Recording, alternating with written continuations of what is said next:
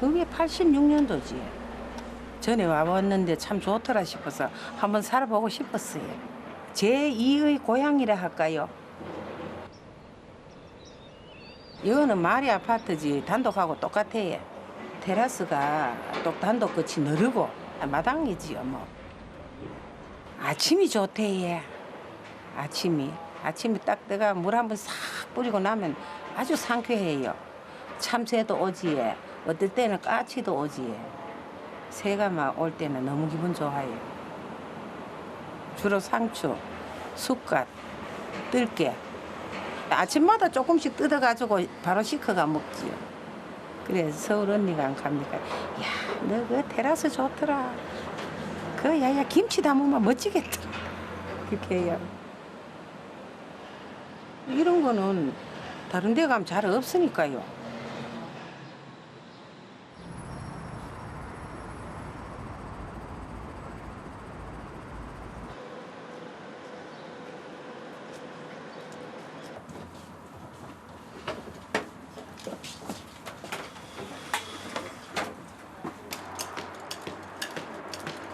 자녀들하고 손녀들하고 여기 살은 그 추억이 더 또 많으니까. 20년 조금 넘은 것 같아요. 아파트도 살고 단독도 살았는데 여기 와가 정이 제일 많이 들었죠. 아파트인데도 거실도 마당 없고 뭐 가슴이 툭 트이는 것 같아요.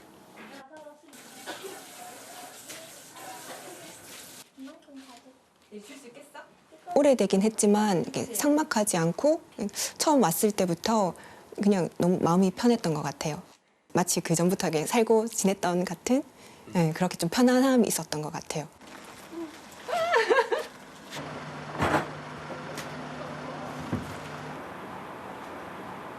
태어나서 기억하는 순간부터 살았던 곳이죠. 저기 앞에 담장이 저보다 훨씬 높았었거든요. 그런데 시간이 지나고 나니까 이젠 제가 아래를 내려다볼 수 있게 되더라고요. 그냥 이 아파트 전체가 놀이터였어요. 그 탐험할 수 있는 공간들이었던 것 같아요. 복도 이제 따라서 뛰어다니고 계단으로 항상 이렇게 뛰어다니면서 3층 갔다가 또 3층은 넓으니까 거기서 인라인 스케이트를 타거나 뭐 자전거를 타거나 뛰어놀고, 그리고 밑에는 또 다 상가였어가지고 뭐 빵을 먹으러 가도 바로 밑에 내려가면 되고 슈퍼에 가려고 해도 바로 밑에 내려가면 되고. 그래서 홀리게 되면 그냥 추억으로만 남으니까 실제 하지 않으니까 좀 뒤숭숭할 것 같아요.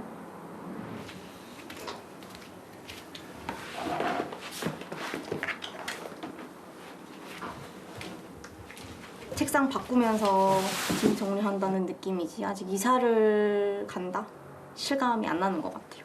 너무 오랫동안 지내왔던 곳이라서.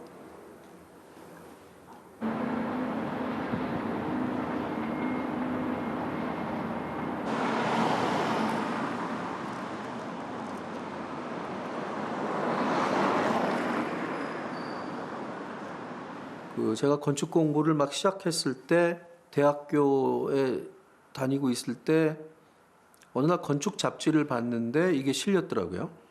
그래서 상당히 인상적이었어요. 이렇게 우리나라에 이런 아파트가 있구나라고 생각했죠.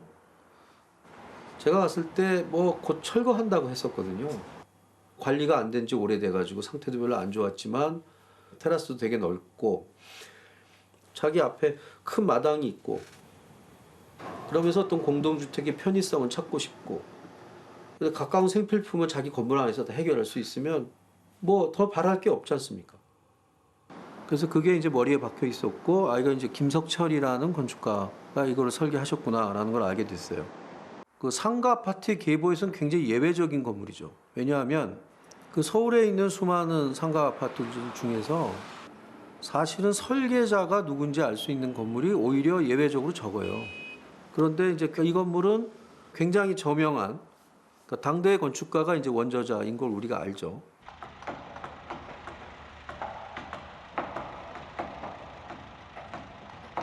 그게 벌써 40년 가까운 전인데요. 이 선친이 그 하시던 그 조그만 공장이 있었어요. 그거를 이제 폐쇄하면서 거기다 상가 아파트를 지어서 팔자라고 해가지고 한 거죠. 김석철 선배는 고등학교, 대학교 선배고요. 의기투합하는 부분이 참 많았죠.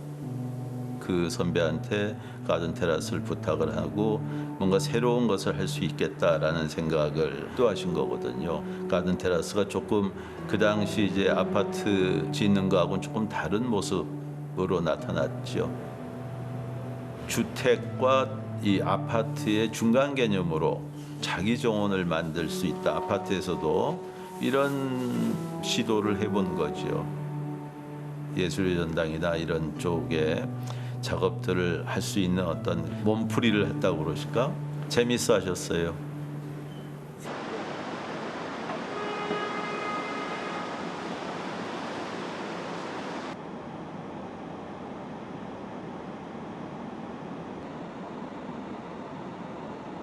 자연이라고 생각을 해요. 근데 가든 테라스도 그 자연의 요소인 마당을 갖다 집어넣었다. 그리고 예술의 전당도 뒤가 건물에 가리지 않고 그 산을 볼 수 있고 그 산책을 할 수 있고 지금도 가보면은 거기서 우면산을 걸어서 그냥 올라갈 수 있는 보행길이 있습니다. 자연을 갖다가 해치지 않고 완전히 우면산이 막히지 않게끔 그 계획을 하셨잖아요. 그런 식의 접근이 그 가든 테라스와 예술의 전당과 일맥상통한 점은 역시 자연을 건물로 끌어들이는 것이 아닌가 하는 그런 생각이 듭니다.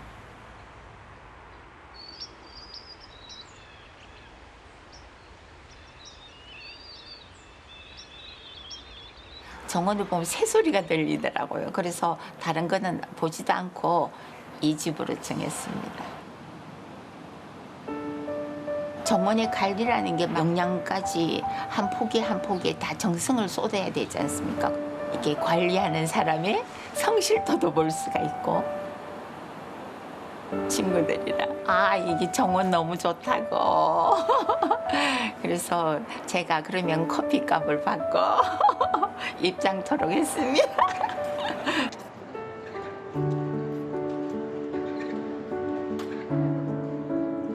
손자를 놓으면은 소나무 한 그루를 심고 또 둘째 손자를 보면 또 다른 소나무를 심고 그렇게 봄, 여름, 가을, 겨울 다 옷을 다르게 입지 않습니까? 좀 이 정원을 보면서 저희들이 세월을 느끼곤 합니다. 재건축하는 걸 통해서 사라지는 것에 대해서 좀 많이 아쉽죠, 뭐. 내 공간이 내가 창을 열었을 때 내가 맑은 공기를 마실 수 있는 공간 그리고 커피를 한 잔 마시더라도 조금 이렇게 답답하게 마시는 것이 아니라 밖에 보면서 마시고 싶고 그런 거죠. 뭐 저희 집은 정원은 없지만 그래도 베란다가 넓고 트여 있기 때문에 아주 공간 좋죠. 아빠가 이제 여기로 이사 오자. 여기 우리 나중에 와 살 거야. 이런 얘기를 하셨어요 어릴 때. 80년 초반 그쯤이었던 것 같은데 여기로 나중에 이사를 오나? 오며 가며 이렇게 봤죠. 이 집을 저희 부모님이 사시던 집이었어요. 제가 어릴 때 살던 집이었어요.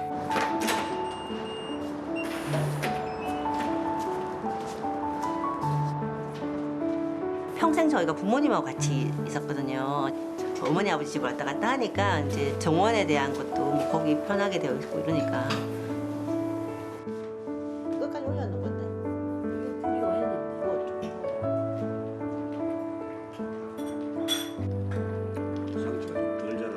503호가 처음 이사 왔으니까 28년 됐겠습니다. 쳐다보니까 너무 좋더라고요. 경관이 너무 좋고 또 마당도 있는 것 같아서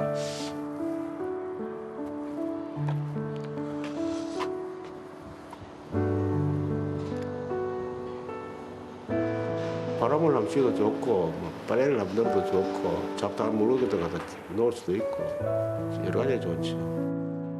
여름에 나가지고 저녁에 뭐 애들하고 그 삼겹살도 구워 먹고 그래 봤습니다. 차일에 다른 것은 지금 아파트를 짓는다 하면 저건 같은 거 없이 쫙 올리면 세대수가 뭐 얼마든지 들어갈 수 있거든요. 돈 관계 없이 잘 하려고 작품성으로 이대로 하려고 했겠죠. 처음에. 그게 이제 이 건물의 매력인 것 같은데, 자, 도시화가 진행됐어. 그러니까 우리 모두 다 공동주거에 살아야 돼. 그런 어떤 논리적인 이분법에 빠지지 않고, 그럼에도 불구하고 사람들의 마음속에는 이게 마당 있는 집에 살고 싶어 하는 그런 마음이 있지 않냐. 그렇게 해서 건물 안에다가 녹지도 만들고 마당도 만들고 수목도 심고 하는 게 사실 지금 현재 전 세계 건축계에서 유행하고 있는 컨셉이에요.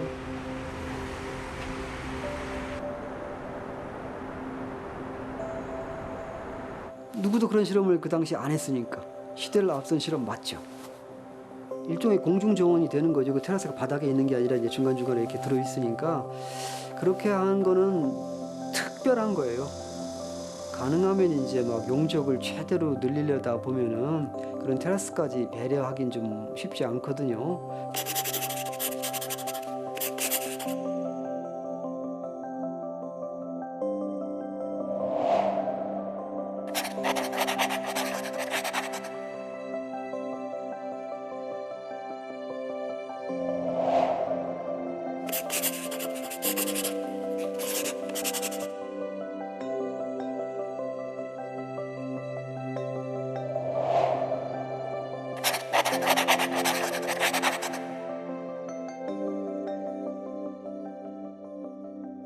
이 칸수가 최하가 67평 아닙니까? 이 우리 동이 67평인데 딴 데는 뭐 40평, 30평 뭐 이렇지만 최하가 67평이고 저 위에는 80평인가 그런데 이 크잖아요.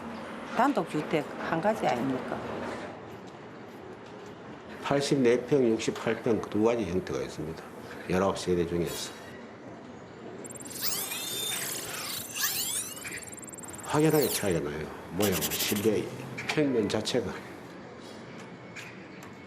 평면 같은 고리했는 걸 보면 좀 세심하게 설계 안 했겠나.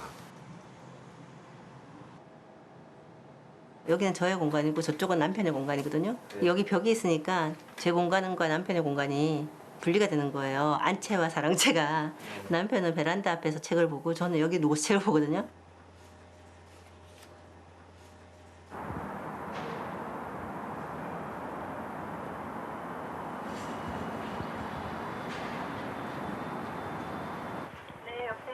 안녕, 접니다. 우리 맨날 먹는 거. 그것도 있지만 저거 하나 좀 이따가 먹자. 이거. 같은 아파트 밑이다 보니까 앞자리가 다 똑같아요. 뒷번호만 외우면 되거든요. 자주 시켜 먹다 보니까 점차 외우게 되더라고요. 안녕하세요. 안녕하세요. 네, 감사합니다. 엄마는? 엄마 안에 계셔요. 이사 월요일 나간다면서? 네, 저 가서도 시켜 먹을게요. 번호 다 외우고 있어가지고. 멀리 안 갔어? 그러니까요. 엄마 땀 주나? 네, 감사합니다. 문 제가 닫을게요. 우리 이제 이사하면 저쪽 집 가서 이렇게 따뜻하게 못 먹는다. 오토바이 타고 이제 오셔야 된다. 근데 이제 걸어서 못 오시네? 오시나요? 이제 오토바이 타고 오셔야 되네. 아줌마 아저씨랑 같이 늙었지? 엄마랑. 뒷문으로 들어갈 수 있잖아. 치킨집 뒷문. 그래, 유일하게 치킨집 뒷문으로 들어갈 수 있는 튀겨지는 거 사람들이야. 보면서 들어가면서. 맞아. 좋았어요. 참 이제는 그런 거 못하네. 상가와 당연히 친해질 수밖에 없는 구조라서 상가분들하고 많이 지냈었거든요. 너무너무 자연스럽게 나 502호 몽뜬 거 갖다 줄까? 네, 이렇게 되는 사이거든요.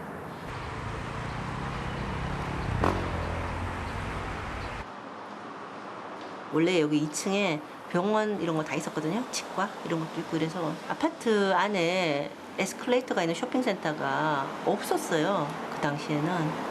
그래서 그런 거 있었던 것도 굉장히 획기적이었던 것 같고 슬리퍼 신고 밖에 나가서 밥도 사 먹고 뭐 여기 상가가 다 있으니까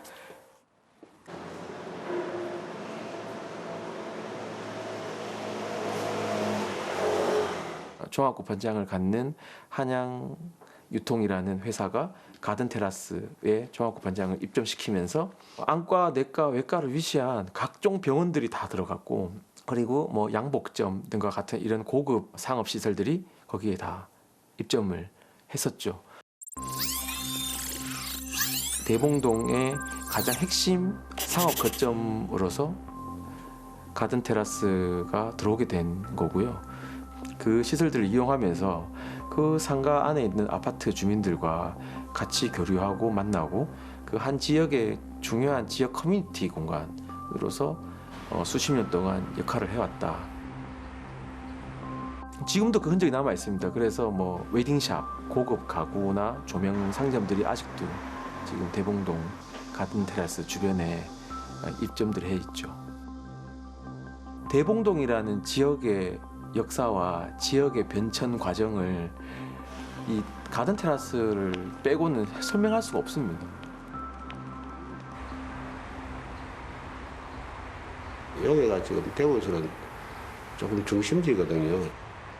뭐 또 신천도 가까워서 아침 조경하기도 좋고.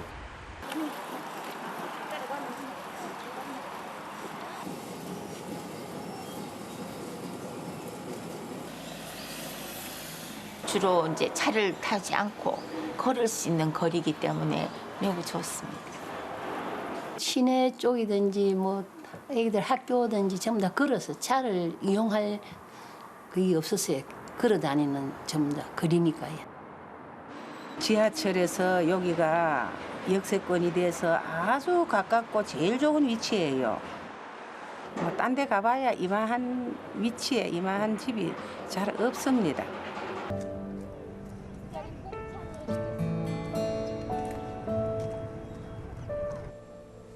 19세대가 한 엘리베이터를 활용해가 만날 수 있는 그런 공통된 사실 어떻게 보면 작은 지역 공동체 같은 느낌이거든요. 이 안에는 이웃이 그만큼 지내기도 쉽진 않았을 것 같아요. 이게 뭐 맛있는 거 있으면 옆집에 가지고 가고 저도 또 문 앞에 갖다 놓고 이러시죠.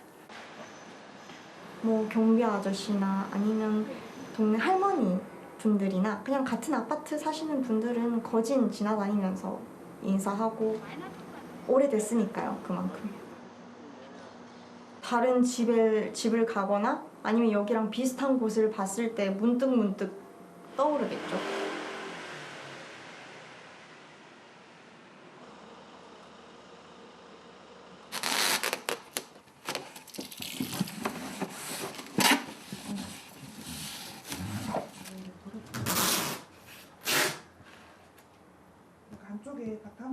언니야 100일 때 입었던 옷이랑 드레스 이거를 니도 물려 입었었지? 이거 봐라. 아빠 결혼할 때 맞췄던 모시 적삼. 그때 이런 걸 왜? 이봐 이런 것도 있었다. 어디서 나타났지? 말이야. 안 돼. 이거 엄청 비싼 거야. 입을지 안 입을지 모르겠지만 그리고 일단은 추억으로도 남겨놔야 돼 이거는. 혹시나 나중에 아빠가 나이 더 들어서 입을지. 그거를 사가서 못 입을 것 같은데. 야, 멋있는 거 잡는다. 제가 여기 시집 와갖고 처음에 이 집에 들어왔거든요. 그러니까 한 5년, 6년 정도 됐죠? 한 번도 이사 가야 되겠다라고 생각을 해본 적은 별로 없었어요. 친구들이랑 그런 얘기를 하거든요. 저보고 너 왜 맨날 집에 가 있냐 그러고 청소를 왜 그렇게 열심히 하냐 그러거든요. 근데 저는 어느 날은 저한테 집이 카페일 수도 있고 어느 날은 집이 저한테는 식당일 수도 있고 또 어느 날은 저한테 호텔일 수도 있는 거예요. 이 공간이. 재개발, 재건축하면서 이 시끄러웠던 부분들이 너무 싫었어요. 막 모여라 그랬다가 된다 그랬다가 뭐 반대한다 그랬다가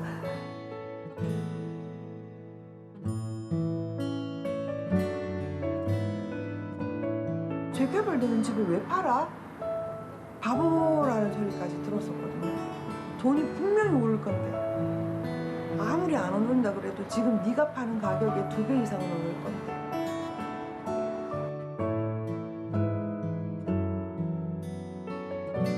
그냥 떠난다는 게 실감이 사실은 안 나요. 아직까지. 이사도 잘 안 해봤지만 이 집을 떠난다 하는 것 자체가 눈물 나네. 이 집을 떠난다는 자체가 실감이 잘 안 나죠. 워낙에 추억이 많았던 집이니까. 내 인생의 반을 살았던 집이잖아요.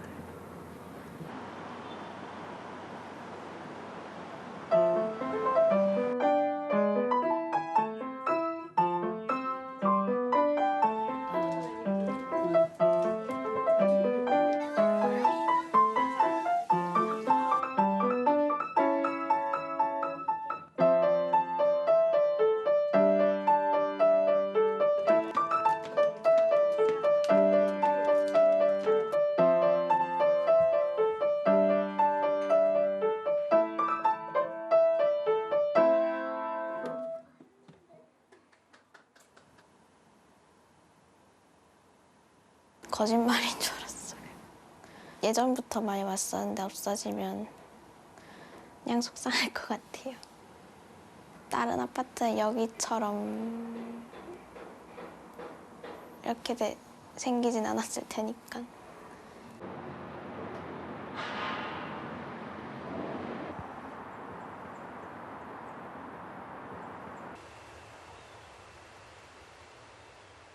예전에는 멀리 산과 하늘이 다 보였어요. 이제 고층 아파트가 생기면서 조금 가려지고 반대편에도 지금 열심히 공사 중인데 창문을 열었을 때 이제 가려지겠죠. 나는 그냥 여 살았으면 싶어요. 돈 더 보태야 되겠네. 그냥 살만 그런 거 걱정 안 해도 되거든요. 우리도 이사를 자주 했으면은 더 돈은 좀 벌었을는지도 몰라요. 이게 오래되면은 값이 떨어지는데 새로 지으면은 값이 올라가니까 모든 게 돈하고 연결되지요.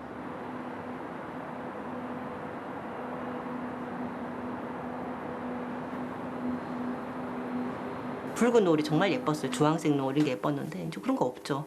아파트 회색 벽만 보이죠. 우리 흔히 말하는 벽뷰. 그래서 이게 안타까워요. 그런 게 굉장히 안타까워요. 원래 뒤에 아파트 짓기 전에는 앞산이 보였거든요. 근방에서. 근데 지금 자꾸 다 가려가지고 이제 거의 안 보여요. 그 아파트 이 올라가는 것 때문에 좀 더 마음이 다 닫아지는 것 같아요. 이런 넓은 아파트에 이런 가든과 테라스를 같이 가진 그런 아파트를 찾을 수가 없어요.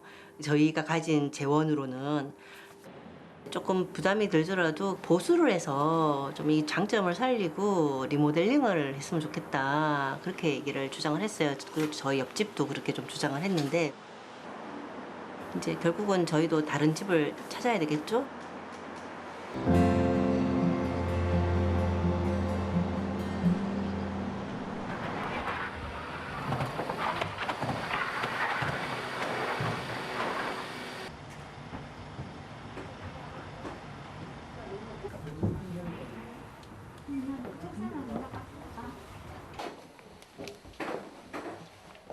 있을 수 없는 일인데 이건 애지중지 아끼던 마루인데 여기서 밖에 보니까 참 좋네. 오랜만에 더 느끼네.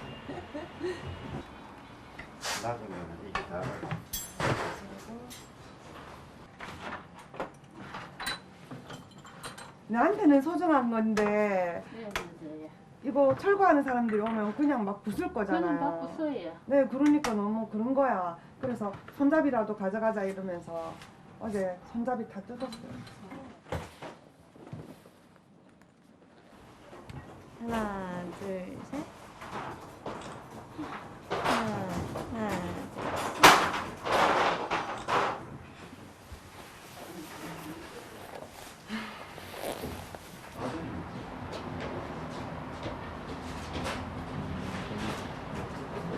와, 엄마 저때 살 왜 저렇게 빠졌어? 아빠도 살 빠져 있었네. 좋아요. 어머니는 어떡해?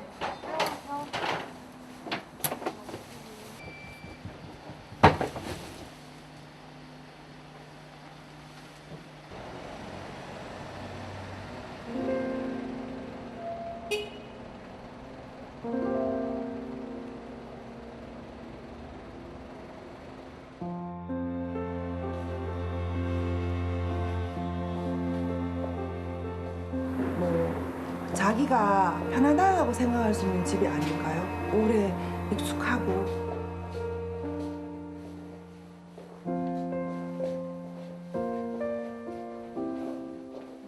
추억이 사람한테는 소중하지 않을까요? 내가 지나온 과거고 내가 걸어온 길이고 그 순간이 다시 올 수 없는 순간이기 때문에 더 소중하고 애틋하게 남지 않을까요?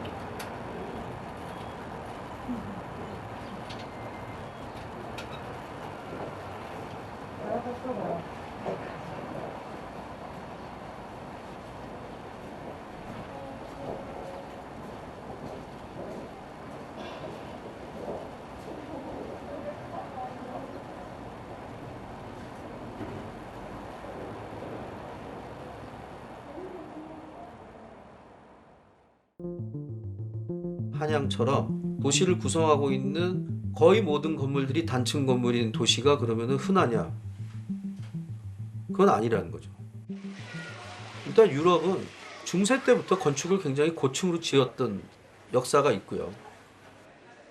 역사적인 관점으로 봤을 때도 그 한반도에 있었던 도시들은 총량적으로는 다 저밀도 도시였던 거죠.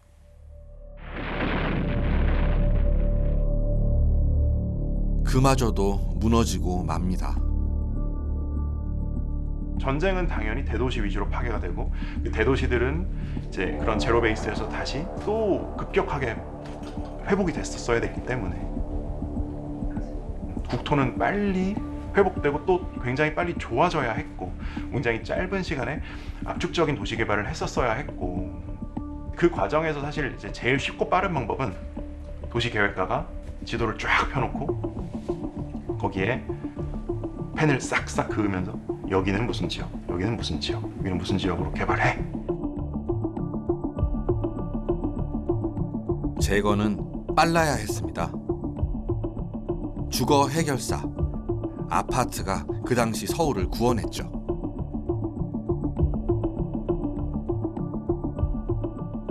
짓고 짓고 또 짓고 그렇게 서울의 몸집은 5배나 불어났죠. 이제 충분한 것 같은데요. 그닥 고밀도 도시가 아니라는 게 이제 사실 문제의 핵심인데 그러면 이제 뭐 대부분 놀라세요. 이렇게 얘기하면 아 무슨 소리냐 지금 시내 나가보면 고층 빌딩이 얼마나 많은데 근데 평균을 좀 봐야 됩니다. 평균을. 서울에 고층 아파트가 그렇게 많은데 무슨 뜻일까요? 가장 일반적인 밀도는 인구 밀도죠. 그런데 도시와 건축의 공간을 측정하는 밀도는 용적률과 건폐율이라고 하는 개념이 있습니다. 땅이 이만큼 있다고 해보죠. 여기에 최대한 건축을 할 수 있는 비율을 건폐율이라고 합니다. 건폐율이 낮을수록 공지가 많아지죠. 2층, 3층, 4층 건물입니다. 용적률은 층을 얼마나 높이 올릴 수 있느냐를 나타냅니다. 용적률이 높아질수록 건물을 높게 지을 수 있고 땅의 활용도는 올라가겠죠. 용적률은 굉장히 중요한 하나의 밀도의 측정 지수라고 할 수 있습니다. 서울의 용적률이 높죠. 그런데 산술적 평균을 내면 145% 정도가 됩니다. 그런데 19세기 이전에 만들어진 런던, 파리 이런 도시들의 용적률이 이미 200%에서 300%를 넘어가거든요. 그러니까 우리보다 훨씬 높죠. 전형적인 유럽 도시 파리. 건물들이 다닥다닥 붙어 있습니다. 촘촘하지만 거리는 꽤 쾌적하죠. 노천 카페도 거리와 잘 어울립니다. 밀도가 낮아서일까요? 파리와 런던 모두 용적률로 치면 서울보다 훨씬 더 빽빽한 도시입니다. 이렇게 얘기하면은 사실 아무도 믿지 않으시는데 서울이 파리보다 평균적으로 저밀도 도시라는 거죠. 그러니까 서울은 인구 밀도는 높은데 소위 건물의 밀도는 높지 않기 때문에 그럼 결과는 뭐냐면 상대적으로 단위 면적당 훨씬 많은 사람들이 훨씬 적은 양의 건축 공간에 담겨 있다는 뜻이잖아요. 그러니까 우리가 체감의 밀도는 엄청나게 높은 거죠. 우리가 굉장히 높고 막 복잡하고 어려운 데 살고 있다고 생각하지만 실제로 숫자상으로는 그렇지 않습니다. 전체적으로 그 건폐율이나 용적률만 측면에서만 보더라도 전체 평균을 내보면 서울이 일산보다도 용적률이 낮은 공간입니다.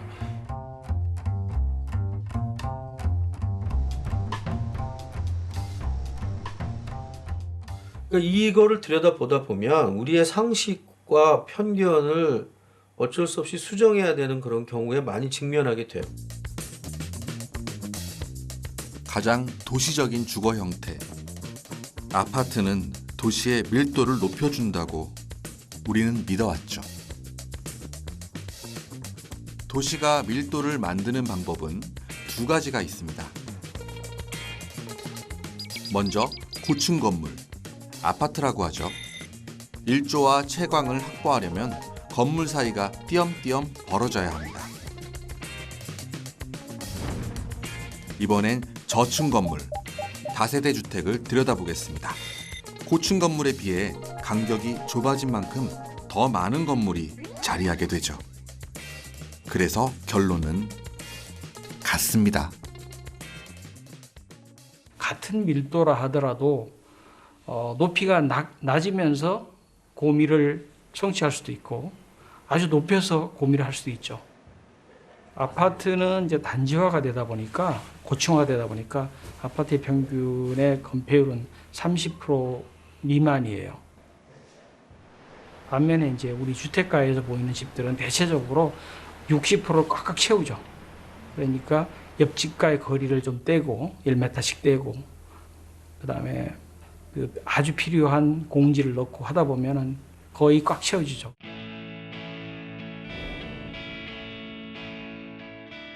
아파트는 생각보다는 듬성듬성한 공간이었습니다.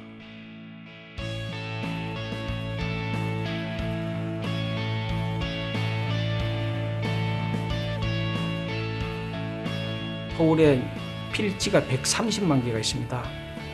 그리고 그 130만 개 필지 위에 서 있는 건물이 한 4만 동쯤 돼요. 전체 연면적에다가 필지 면적으로 나누니까 145%가 되고 그것을 건폐율을 한 50%, 60%로 산정해 보면 대략 2.9층 정도가 나오죠. 어느 도시의 평균 용적률이 200%, 평균 건폐율을 50%라고 가정해보죠. 층마다 바닥 면적을 모두 합한 용적률에 건축 면적인 건폐율을 나누면 층수만 남습니다. 서울로 가보죠. 서울의 평균 용적률 145%에 평균 건폐율 50%를 대입해보면 서울의 평균 층수는 2.9층이 됩니다. 여전히 서울은 생각보다는 낮은 곳입니다.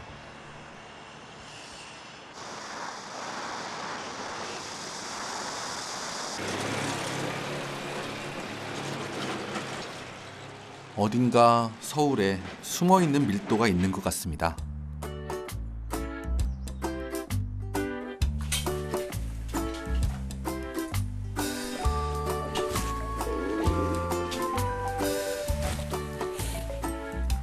서울살이 40년 차 윤서 씨. 2마리 반려견의 주인이자 꽃집 주인입니다.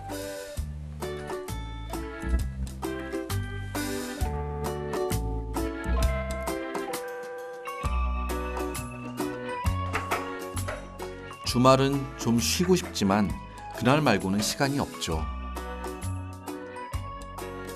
일단은 물을 준비를 하고 그 다음에 가서 이제 또 지칠 테니까 먹을 간식 같은 거 챙겨서 가고요. 휴식을 위한 돗자리 챙기고 이런저런 반려동물 용품까지 다 챙기다 보면 준비하는데 또 1시간 이렇게 되는 것 같아요.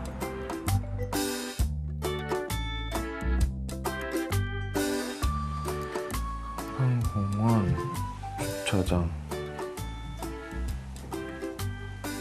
지금 출발하면 한 44분? 그러면은 망원 한강공원 찍어봐. 20분? 30분?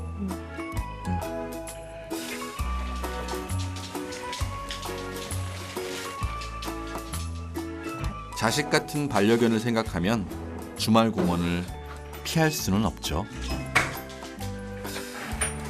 운전가? 다른 옵션이 없어. 약 300m 앞 알고도 갑니다.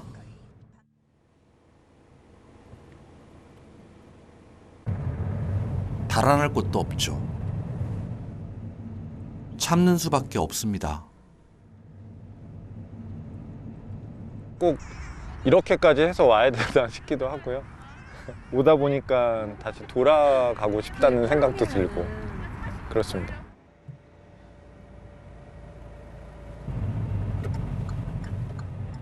드디어 진입했습니다. 주차장도 만차 아니야? 그거 만차잖아 이게.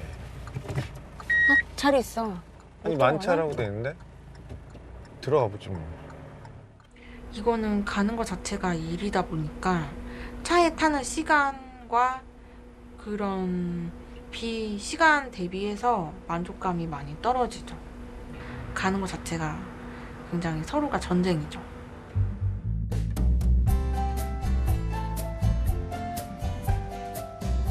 전쟁 끝에 드디어 평화가 찾아왔습니다.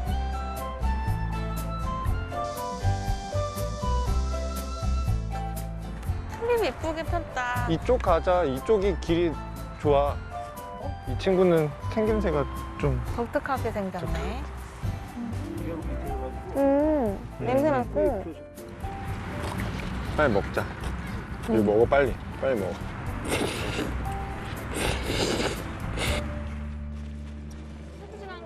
휴식을 위해 찾아온 공원이지만 슬며시 걱정이 밀려듭니다.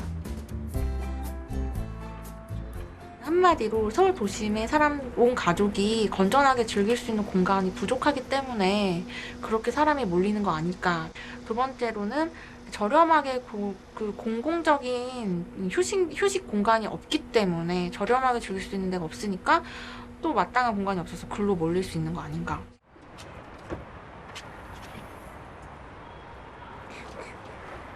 그거 들 거야? 이제 들어가서 줘야 될 시간이.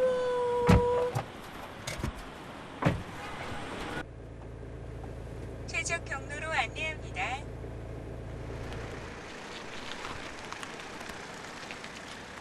최적 경로. 그래도 1시간은 넘겠죠. 졸음도 몰아가면서요.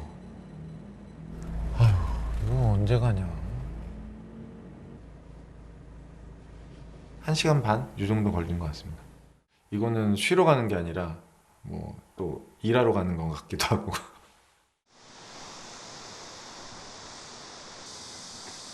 주말마다 차 타면 겪는 일. 공원마다 사람이 이렇게 몰리는 건 다 녹지가 부족해서 그런 거 아닐까요? 서울은 공원 용지의 비율로 치면 사실 굉장히 넓은 공원의 비중이 굉장히 넓은 도시거든요.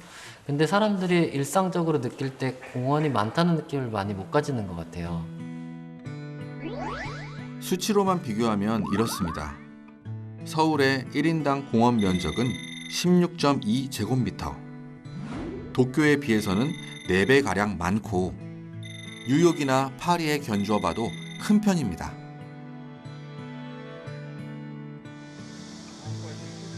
서울이 무작정 혼잡하고 녹지가 없다고 하지만 실제 서울의 녹지 비율은 약 25%에 이릅니다. 세계 어느 도시와도 견줘도 손색이 없는 정도이죠. 런던이 녹지 비율이 한 10% 정도 되거든요. 근데 물론 우리나라의 녹지라는 것이 이렇게 북한산이나 관악산 같은데 이렇게 산지에 몰려 있어서 그게 이렇게 도심에 있지 않기 때문에 생기는 문제도 있지만 여전히 굉장히 높은 수치입니다. 택지 개발 사업의 성패는 바로 상업 지역을 어떻게 파느냐에 따라서 성패가 갈리는 거예요. 그러면 상업 지역의 가치를 높이기 위해서는 어떻게 하면은 모아야 되죠. 그리고 땅이 커야 돼요. 그러다 보니까 이 택지 개발 사업 지역의 가장 중심지에 가장 큰 땅에다가 직접시키는 방식으로 했던 거죠. 목동의 신시가지도 그렇습니다. 긴 S자의 중심축. 여기에 상업이 집중돼 있습니다. 상업 용지가 몰려 있을수록 개발 수익이 높아지죠. 그러다 보니까 대부분의 신도시에는 상업 지역들이 중앙에 다 모여 있는 거죠. 길을 따라서. 중앙의 상업시설을 주변의 아파트 단지가 감싸는 모양입니다. 택지 개발 사업으로 만든 신도시들은 아보카도 구조예요. 아보카도는 바깥에 있는 과일과 안에 있는 씨앗 딱 두 개밖에 없잖아요. 주거 지역이 밖에서 에워싸고 있고 중앙에 딱 상업 지역만 있는 거예요.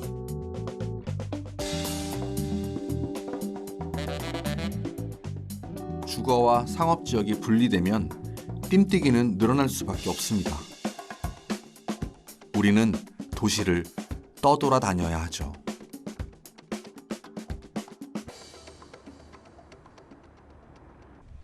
낮에 그 많던 사람들은 다 어디로 갔을까요? 사람들이 주거지로 돌아가면 상업지역은 텅 비게 됩니다.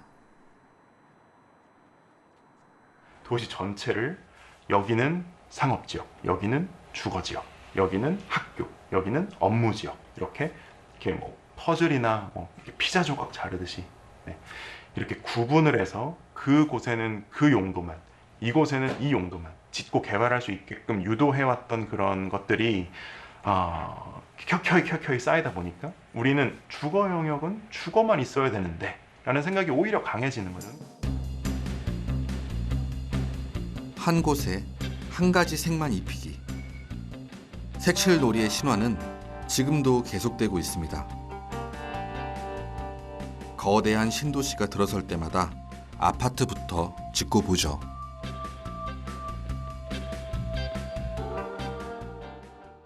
저는 요리를 굉장히 좋아하는데 요리를 하다가 마늘이 없어요. 그러면 첫째, 옆집에서 빌려오면 제일 좋겠죠. 둘째, 총총총 내려가서 자주 가는 채소 가게에서 마늘만 좀 사오면 될 일입니다. 근데 저는 마늘이 없으면 요리를 포기하죠. 그날은 그냥 라면을 먹습니다. 왜냐하면 마늘을 사러 마트를 가야 되거든요.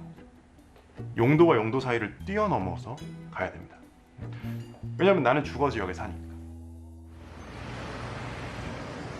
이동거리가 길어지니 자동차 없는 삶은 불편할 수밖에 없는 거죠. 기반 시설을 정부에서 다 확보하기는 어려웠던 시기가 있었던 것 같아요. 그런 시기에 사실 사업 시행자가 대규모 아파트 단지를 건설을 하게 되면 주민 공동시설, 뭐 경로당이나 어린이집 이런 것들이 사실 아파트 단지 내에 다 시설이 입지하고 그리고 근린생활시설도 입지하고 하다 보니까 정부에서는 비용을 들이지 않고 손쉽게 사회 기반 시설을 닦는 하나의 방법으로 작용이 돼서 이런 것들이 계속 반복되다가 고착되지 않았나 생각합니다. 사실 그런 공간들은 뭐 정부나 국가에서 그 공공 공간을 조성해 주는 게 사실 더 효율적일 수도 있고요.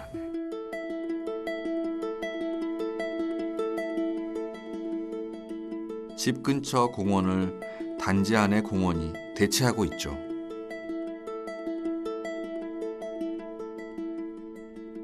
하나 둘 늘기 시작하더니 아파트는 편의시설까지 찍어내고 있습니다.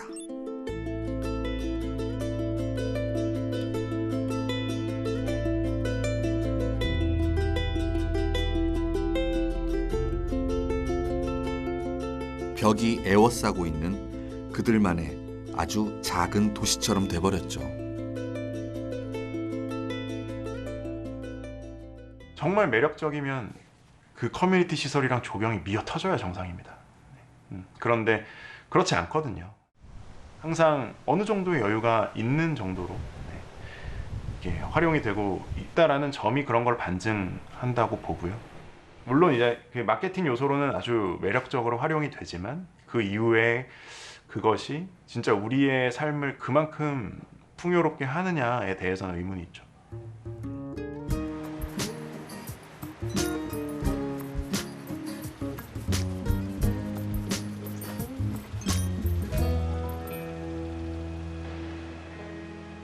도시의 즐거움은 울타리 안에 있지 않습니다. 구분할수록 도시는 삭막해지죠. 한 4년 정도 됐고요. 실질적으로는 일한 거는 한 4년 한 7개월 정도 된 것 같습니다. 계속 도로 위에서 돌아다니는 상황으로 한 10시간에서 12시간 정도 그 정도 일을 하는 게 저희의 보통 일상이죠.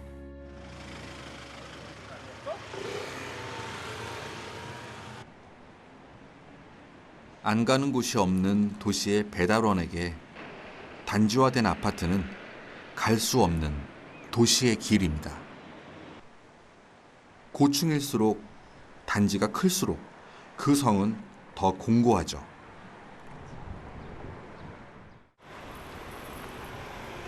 아파트 내부의 지상 통행을 거의 대부분의 아파트가 인정하지 않고 있죠.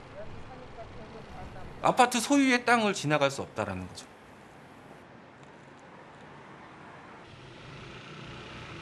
개방된 곳은 지하 세계입니다. 바닥에 우레탄 시공들이 다 돼 있어요. 바닥에 맨질맨질하게 유리처럼 그렇게 우레탄 시공들을 다 해놓으셨는데 빙판 위를 다니는 거랑 똑같다고 생각하시면 됩니다.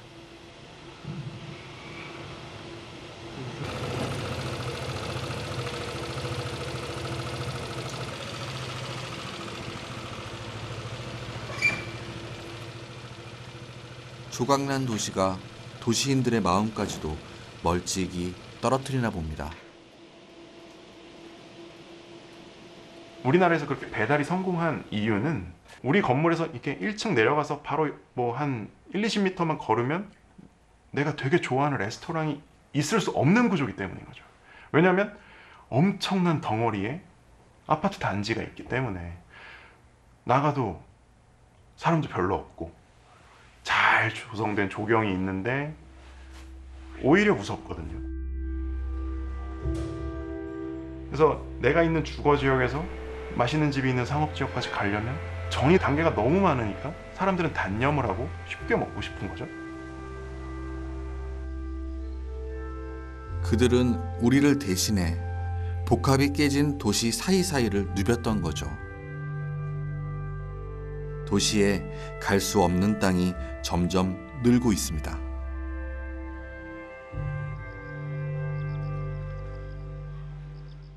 도시에 이렇게 큰 섬들이 뻥뻥뻥뻥 계속 생기고 있다. 전에는 공공 영역으로 열려있던 수많은 가로들이 그 영역성으로 인해서 딱 차폐가 돼버리는 거죠. 그러면서 도시의 구조가 굉장히 많이 망가집니다. 원래 갈 수 있던 곳을 못 가게 된 거고 그런 도시의 공공 영역을 이용할 수 있는 자유를 박탈당한 거라고도 이야기할 수 있는 거거든요. 물리적으로 담장이 있기도 하지만 그 다양한 사회 구성원들이 서로 섞일래야 섞일 수가 없는 거죠.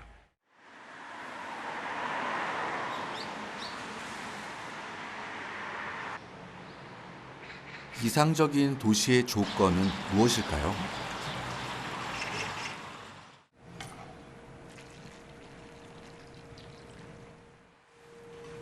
도시 건축가이자 동네 건축가 황두진 씨의 집은 그의 실험장이기도 합니다. 몸소 체험하고 있죠. 1971년인가에 완성된 걸로 나와요. 서류에. 오늘 2021년이니까 50년 됐습니다. 저보다는 조금 어린데 근데 아마 제가 감히 말씀드리지만 50년 된 주거로 지어진 건물 중에서는 아마 가장 관리나 보존 상태가 좋은 집 중에 하나일 거예요.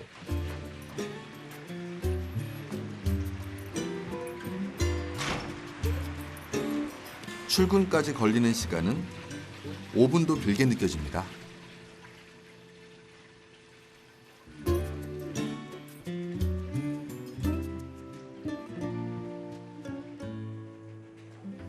안녕하세요. 1층은 직장, 2층은 집. 일터와 삶이 가까운 직주 근접의 삶이죠. 제 하단은 좀 투명하게 15cm더라고. 그게 넘어가면 뭐 가격이 확 뛰고. 제가 훨씬 더 제 삶에 집중하면서 살 수 있었던 것 같아요. 제가 남들보다 하루에 2시간이 더 있다라고 생각하는 거죠. 그래서 그게 2시간이 하루 2시간이 일주일이 되고 한 달이 되고 1년이 되고 10년이 되고 20년이 됐다고 생각해 보세요. 어마어마한 시간이잖아요.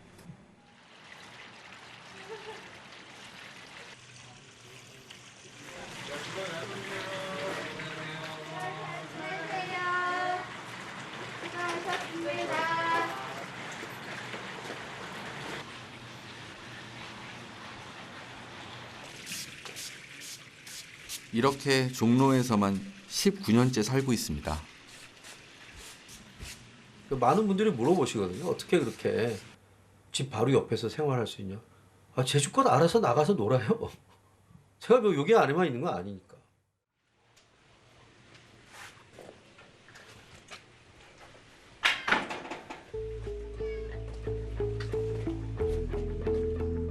집은 하나지만 그의 도시는 훨씬 더 넓습니다. 도시는 길만 하나 건너면 사실은 다른 삶을 살 수 있어요. 저는 그게 도시의 큰 장점이라고 생각해요. 그러니까 제가 이제 사실 일상 대소사는 이 동네를 벗어날 이유가 별로 없어요. 은행은 걸어서 한 3분. 서점 있고 그다음에 이제 시장이나 뭐 식료품 사고 제가 뭐 이렇게 하는 것도 그냥 뭐 한 대부분 10분 이내 거리에 다 있고. 또 과장해서 얘기하면 모든 공간이 일하는 공간이고 모든 공간이 노는 공간이라고 생각하시면 됩니다. 오래된 도시일수록 걷고 싶죠. 오래 걸어도 지루하지 않습니다. 길을 걷다 맛있는 냄새에 끌리기도 하고 뭔가가 눈에 들기도 하죠. 이런 동네 특징은 뭐냐면 한 장소에서 다른 장소로 갈 때 선택의 여지가 되게 많은 거예요. 그러니까 제가 여기서 마트를 간다. 이 갈림길에서 여기로 가냐 저기로 가냐 이걸 잘 조합을 해보면 굉장히 다양한 방식으로 그 마트에 갈 수 있는데 그런 것들이 이제 사실 오래된 도시들이 갖고 있는 큰 매력 중에 하나인 거죠. 그러니까 사람들한테 선택권을 많이 줘야 돼요.